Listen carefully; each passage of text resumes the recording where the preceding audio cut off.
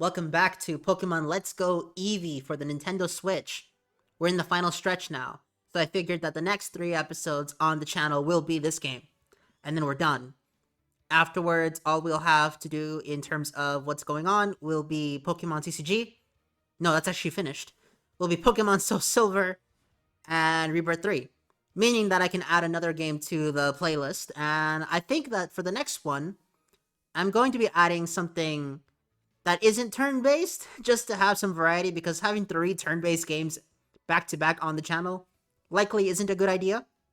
Therefore, while I probably would do Sonic Adventure 1, I did that recently as a stream, meaning that most likely the next game on the channel will be either Code Vein or Sonic Adventure 2. One of the two. I haven't picked which one yet, and depending on when I decide to start recording it, it could actually be Game Maker Evolution that I'm playing, and not either of those 2 games. The point is that I'm not entirely sure as to which game we're doing next. Every game except for Game Maker Evolution is one that I already own. I mean, I could just go insane and have us do Crystar, but the problem with doing Crystar is that RPG is stupidly long even with New Game Plus, so I don't want to. And then there's also Super Neptunia RPG, so I guess I could use this episode to ask you guys what game you want next for the Let's Play. Because I have a lot of games that I can do. Hell, I could even do Tears of the Kingdom if I wanted to. Or DBZ Kakarot. That would be an interesting one. Genuinely, DBZ Kakarot seems like one that would be fun to do. But that's the point. There's so many games that I could play for the channel that I don't know which one to do next. The truth is that I probably won't need to buy games for a while if I want to keep doing the Let's Play channel, because I have enough games. I mean, I could jokingly do Doki Doki Literature Club, but that wouldn't be a typical Let's Play of Doki Doki Literature Club, because I've already seen the spoilers. So most likely that Let's Play will be mostly me just giving you a guide on how to get the true ending. Because you can actually skip most of the game, and I think we all know the story of the Dokis at this point, so it's not really necessary to have me read the story out loud. There won't be any shock value in it either, because I already know how the story goes. The first time I played it, I admit that I was shocked once, and that was at the Sayori hanging herself scene, but other than that, I don't really think anything in that game is that crazy. I guess I could do multiple kinds of games, but the thing is that I do want to focus on at least 2 games at a time, because Rebirth 3 is the long form series, and that's a series that I take a lot of time with because I really like it. I know I have Minecraft ongoing, so what I could do is just download a bunch of Minecraft maps and play those. But this is not a Minecraft channel, and I don't want this channel to be turned into one. This channel just features Minecraft in it. I could also do Legacy of the Duelist again, because those videos tend to actually perform well on the channel. But at the same time, Legacy of the Duelist is not something that I want to do, considering that I've been doing card games, a lot of card games on this channel, so it's not a good idea. So now that I've said it out loud, it'll be either Sonic Adventure 2 or Code Vein. Those are my 2 picks. That's it. So whichever one you want next will be the one we do. I'll probably put a community tab saying, hey, after LGP, which one do you want? Now, what we're doing in-game, I know I haven't been talking about the game because I've been talking about the plans for the channel, is catching the Zapdos. Now, Zapdos is a cool monster. I really like him. Its design is very, very iconic to me, albeit I'm more a fan of his Gen 1 sprite as opposed to this model, because I always took the black parts of his wings to be a shadow. I didn't take it as part of his wings until recently. Although I do gotta admit, his design is really cool. Really cool design for Zapdos, and it's a very, very intimidating design too. It definitely earned its spot in the Gen 2 competitive metagame with its movesets. And even in Gen 1, it's just a really cool looking monster with good stats. Now the problem here is that this is Let's Go Pikachu and Eevee, meaning that we absolutely shred this game as it goes on. This game is not difficult, and it will not prove to be difficult. And here begins my long line of undeserved captures. Watch this. I miss the Ultra Ball throw. I missed the Ultra Ball throw. But, of course, I eventually get the catcher.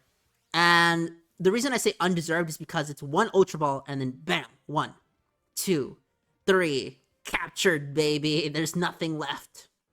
And I do like that. I really do like that. I can get away with something like that in this game. Although that's not how you're supposed to be doing this. A lot of these captures tend to be harder. And I just realized I was using Gyarados in my front line to capture this Zapdos guy, which is incorrect. That should not be who I take with me. I guess I just got arrogant there. But that's besides the point, okay? The next thing I'm going to do is go to the Seafoam Islands, which you get by surfing south of Fuchsia. And I have to give credit to Gen 1 dungeon design here. If you just want to get through this dungeon, it's very easy to enter and exit and be completely unaware of Articuno in here. You have to actively solve a puzzle to catch Articuno here. And that's partially why I like this, because nothing in the game tells you about this puzzle. It's something that sheer curiosity would get you to do. It's not something that you have to find yourself. You have to, in the case of this, legitimately be curious enough to solve this block puzzle to find the legendary. It's a reward for investigating the game's mechanics and systems. It's not something that's just given to you, like the Latios in Gen 3, cough cough, Oras, the remake specifically. Obviously, the original Gen 3 is different. I'm mostly talking about Oras. Because I have a lot of gripes with this franchise after, Gen 6 onward, I just think that the franchise went down. I'm saying this now, I don't think that the franchise is bad. I'm just not as big of a fan of it as I used to be. Simply due to all of the changes started in X and Y. I'm probably going to LP the Switch games. If Gen 10 is on Switch, I'll LP it. And then the classic games I'm gonna do. I'm gonna do the classic ones, so Gen 1 all the way through Gen 5, because those are really good games. To put it this way, I already did the remakes of Gen 1. I did this reimagining of Gen 1. I did Violet for the channel. Currently doing Heart Gold. Well, actually, I'm currently doing Soul Silver. And then after that, I'm either going to do Platinum or Emerald. Just so we can get out of Kanto. Because I've pretty much, in terms of Pokemon on this channel, I've played every game that features Kanto in it, except for the originals.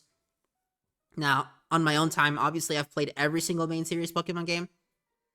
It's just one of those things where I find myself questioning more and more my love for this series. Because the thing is, when this series is good, it's really good. It's phenomenal, actually. But when it isn't, we have a problem.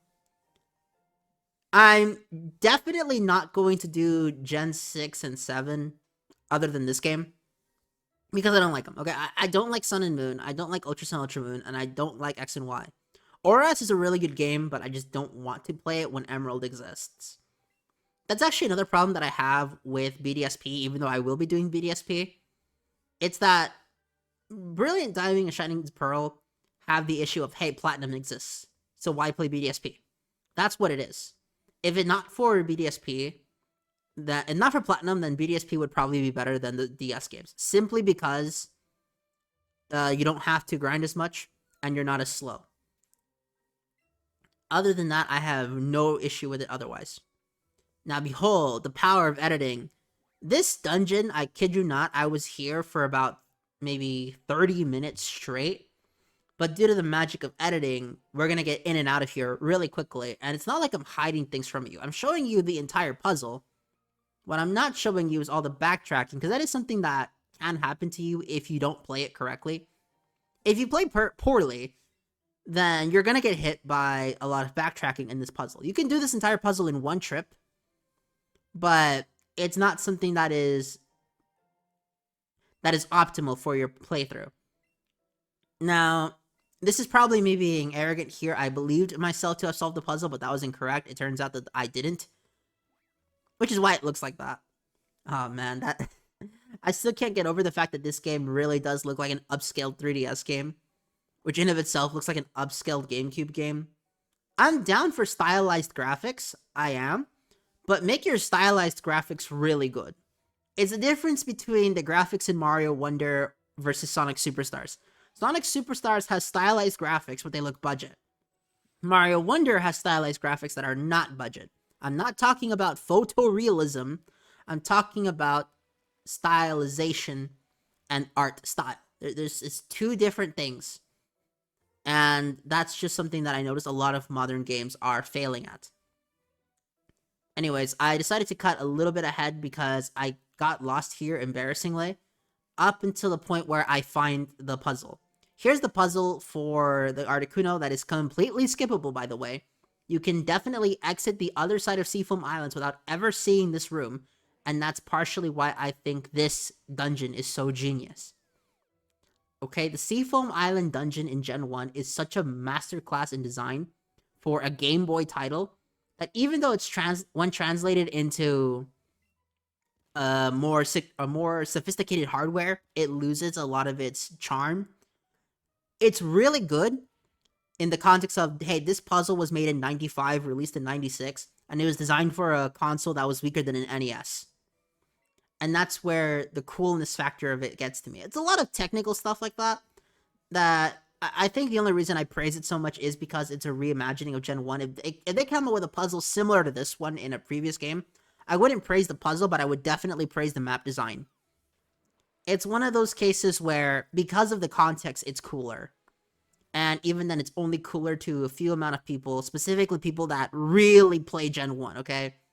Gen 1ers would love this, if not for the fact that this isn't actually Gen 1. But you know, that's just the way the cookie crumbles. And now we've made it to the second legendary bird, Articuno, otherwise known as Frieza. Yes, that's his name in Japan. It is the same name as one of the biggest enemies in Dragon Ball, Frieza. But you know, that's just a little coincidence, not something to take too seriously. Now, the Articuno fight here is also really easy considering it's an ice type. I believe I actually was going to use a legendary bird in my original Moemon playthrough back in the day, but oh my goodness, going back to that playthrough is horrible for me. Mostly because my microphone quality was so bad. Genuinely, I'm shocked that I was able to watch it and edit it the first time around. I think it's because now that I've had better, going back to worse just feels painful. It's that sort of mentality. But besides that, Articuno is gonna go out, okay? Articuno, Abdul, Baghdadi, is dead. It died like a dog. And you know the rest of the speech if you look it up. And obviously, the original speech had a different word besides Articuno. It's actually a really funny speech because, unlike the famous, "My fellow Americans, we got him," this one was more of just a roast session. But that's just the point. We catch Articuno in a single Ultra Ball again, and now my spree of undeserved captures finally ends, as from now on, if I attempt to capture anything, it's going to be a pain in the ass. Now, lucky for you all, I tend to skip encounters, so you'll never see it. But trust me when I say, after this capture, I don't know if my luck stat ran out, but I just could not capture anything easily to save my life. Every capture was significant effort on my behalf. And I don't know if it was just my system, but the tracking on the Joy-Cons for the motion sensor was horrible. Horrible in this section. Still, this is partially why I think that the Let's Go games are still inferior, simply because of that. If the Let's Go games were simply a remake, a shot-for-shot remake of Gen 1, with the Gen 7 moving system, like this, with this art style, but didn't have all of the story changes, just made it a straight remake, I think it would be the best way to play Gen 1. No shot, and I would probably only play this game. But because they didn't do that and decided to make changes that I think are largely unnecessary, but I think a lot of newer players like it, and especially people who don't play Gen 1 like that, people who just like Gen 1 but don't think you should revisit it, yeah, they like the changes too, so I know why they did it, but I'm just saying that if it was me, I would have preferred something else. It's always that. It's always, I have opinion, people have different opinions, and, well, I live in the land of free speech, so that's what we're supposed to respect.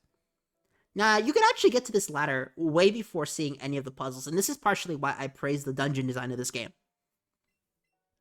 But now that we're here, we gotta get through the mansion. this mansion, of course, is going to be how we get the key to fight Katsura, or Blaine in the English version. Now, who is Blaine? Blaine is the fire-type gym leader. He worked with the scientist Mr. Fuji to create the world's strongest Pokemon, Mewtwo. Or I believe he said world's most powerful in the movie. Either way, somebody super duper strong. And man, I was just loving this game. This playthrough of this game was going so well. At this point, I decided to just stop fighting trainers outside of mandatory encounters because I realized I was so overleveled that not even the Elite Four could stop me. So I figured it'd be easier to start recording by avoiding anything unnecessary and just going for the bare necessity. Reason? This game already is easy enough. I might as well not make it any easier for the sake of your guys' playthrough, your guys' viewing pleasure. After all, when looking at this game, this is a game of strategy. But when you're a higher level than your opponent, in other words, when you have a bigger power level, it doesn't matter how much technical finesse your opponent has, they're going to lose. I guess you could look at, say, Dragon Ball power levels, like level scaling in a video game, where, yeah, when you guys are of similar level, or in Dragon Ball's case, power level, whoever has better tactics will win. But at a certain moment, you get to a high enough level that there's nothing the opponent can do. It's that sort of mentality that I respect a lot. Now we go down here to attempt to avoid a burglar. I don't actually know if I fight him. I'm pretty sure I dodge him completely. Just to let everybody know that that's how I go. And then we have to go up to get Solar Beam, which I'm not going to use because I think Mega Drain is the move I'm using. I think that's a better move, obviously. And also, Mewtwo is far too powerful. You see, that's something that I'm not a big fan of. The encounters, the way that Pokemon will just spawn on top of you. I think that's genuinely unfair. But you guys, I want to know what you guys think, because personally, I think it's unfair, but I know other people are a huge fan of this. A lot of people don't like wild encounters. I personally did like random encounters. That's just the way I prefer things to go.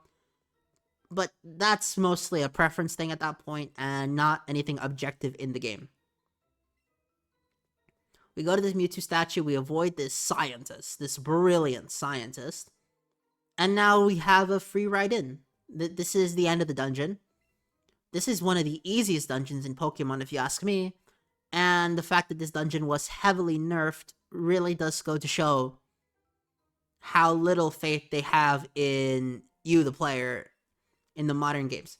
I do like that they showed the little incubator where Mewtwo is born, but at the same time, it's one of those things where you wouldn't know what that is unless you saw the movie, and the movie is not canon to the games, so you would not be at fault for not knowing what that is.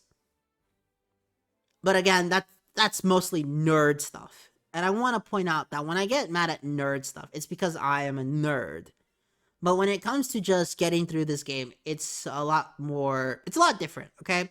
Because I know that the general public probably loves this, okay? This is probably hilarious to a lot of people. But to me, it loses charm. But again, it's just one of those things that I've had to learn growing up, that not everyone likes the same things I do. And because of that, I noticed that I tend to be a double-edged sword with my creation. When there's something that I like that other people like, it tends to go fine, but otherwise, it tends to go poorly. Also, I love this Blaine dancing. Blaine dancing here is one of the coolest, not even cool, one of the funniest moments I've seen in this. How many gym badges certified by the Pokemon League are there? 8. That dance move. Also, Eevee's reaction to this is hilarious, too. And also, the way Eevee's face changes, it's one of those things that you don't notice when reading, but when watching the video for commentary, it becomes funny. I want a Blaine doll. I actually didn't know that there were trainers here, because I figured they just removed them and you had to get it right. But it turns out I just misread it. Also, Tombstoney is hilarious because it used to be Tombstoner, but then they removed it. I don't know why. Why did I think so much on that one? I don't know. but I did. And now we got all of the Blaine dolls, meaning we can fight Katsura and get the 7th gym badge. It really does go to show how quickly progress is made in this game when compared to a lot of other games on the channel. When you actually edit things out and just show the necessary parts, these games are a lot faster. If this was the old me, Zapdos, Articuno, the Pokemon Mansion, and this gym would have been their own parts. No question. But because of that, I don't know how I feel about it. I'm glad I'm still showing it off, because I noticed that a lot of modern creators just show the outcome, and I'm not too big of a fan of that, but I know a lot of people are, which is why they do it. I personally like to take people through the story, but the problem is taking people through the whole story, it just doesn't work anymore. So it's a middle ground that I found, and I do like this middle ground. Again, when it comes to RPG, I don't know what it is, but maybe it's because of how I've become. I really do think that post-commentary is better for the channel. Mostly because I think it allows me more creativity and also better control of the content I make. And I know I always talk about content creation in the content, but it's just something that I find so fascinating, and I wonder if anyone else does. Also, the music that plays in this gym is phenomenal, but I do have to lower it because YouTube's copyright system doesn't like it when I watch the music, when I leave the music in. Meaning that I don't get to show it off completely. But I do get to show off the battle, and that's what really matters. Woo. Arcanine, go! And then, I completely forgot that thing had Outrage. I don't even remember the last time I actually recorded this. When did I record this? That's a good question. The point is, I'm just having so much fun with this that I couldn't care less about any inconvenient situation. Also, Kadabra is now at 56. You'll notice that throughout the parts, my Pokemon will jump in levels. That is not me editing out grinding at all. That's just whenever a wild encounter gets me and I catch it, you gain a bunch of levels. But what you don't see is every instance of backtracking, and during those instances of backtracking, I'll catch a bunch of Pokemon too. I genuinely wonder how many Pokemon in total I've caught. Not of unique species, but just in general Pokemon count. Because I must have gone ham in this game, completely. Ninetales was defeated. Absolutely. And I believe that's the end of Blaine. We did Rapidash. Yeah, okay. Arcanine, Ninetales, and I believe he had a Magmar. I might be wrong about that. I find myself forgetting specific battles on what they have, even if I just did them, from how easy they were. If the fight wasn't so easy, I would probably remember the battle more. I guess this is why I can remember a lot of, say, the Namek Saga, but I can't remember jack shit from the Goku Black Saga. I know that's a completely different franchise, but it's just something I wanted to note. Also, the fact that they removed the Seafoam Islands here, I mean, I don't mind it too much, but I wonder how other people reacted to that. I like the Seafoam Islands, but I don't think they're necessary is what I'm trying to say. The next thing we're going to do is take on the next gym, but that will be in the next part. Have a nice day.